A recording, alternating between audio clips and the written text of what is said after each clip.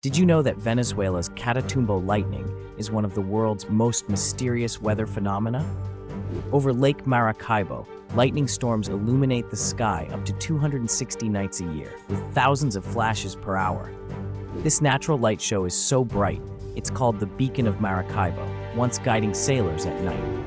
Scientists believe unique wind patterns and the area's geography fuel this endless storm. Fascinated by nature's wonders? Subscribe for more facts and like if you enjoyed this video.